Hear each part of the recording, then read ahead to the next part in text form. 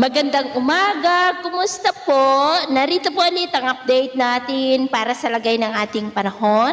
Ngayong umaga po ng December 26, 2024. Sa ngayon ay wala pong anumang sama ng panahon sa loob at labas ng ating area of responsibility na maaari nabanta sa ating bansa sa susunod na mga araw.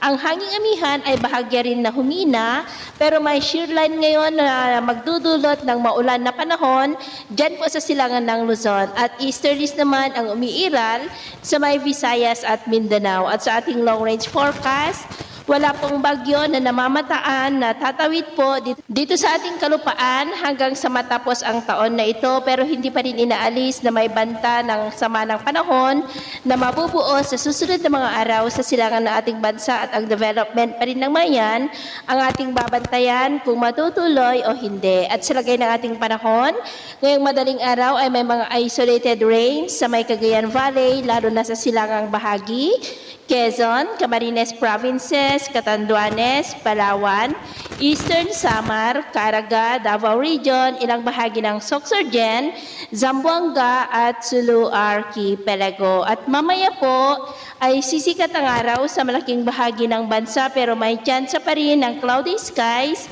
with isolated rain sa malaking bahagi ng Cagayan Valley, lalo na po dyan sa may Isabela, maging sa ilang bahagi ng Mountain Province, Quezon, Catanduanes, Palawan, Eastern Samar, ilang bahagi ng Leyte, Davao Region, Sarangani at Sulu Archipelago. At mamayang hapon, mas maraming lugar po ulit ang makakaranas ng mas maulap na kalangitan with isolated light to heavy rains, lalo na po sa Isabela and nearby areas, maging po sa southern part ng Mindanao, kaya mag-ingat po tayo sa banta ng mga pagbaha at pagguho ng lupa. Naman po mga baybayin, iwasan na muna natin ang papalaot sa silangang baybayin ng ating bansa, maging sa northern seaboard ng Cagayan, Batanes Island Seaboard, Babuyan Island Seaboard at kanlurang baybayin ng Ilocos Region at Central Luzon.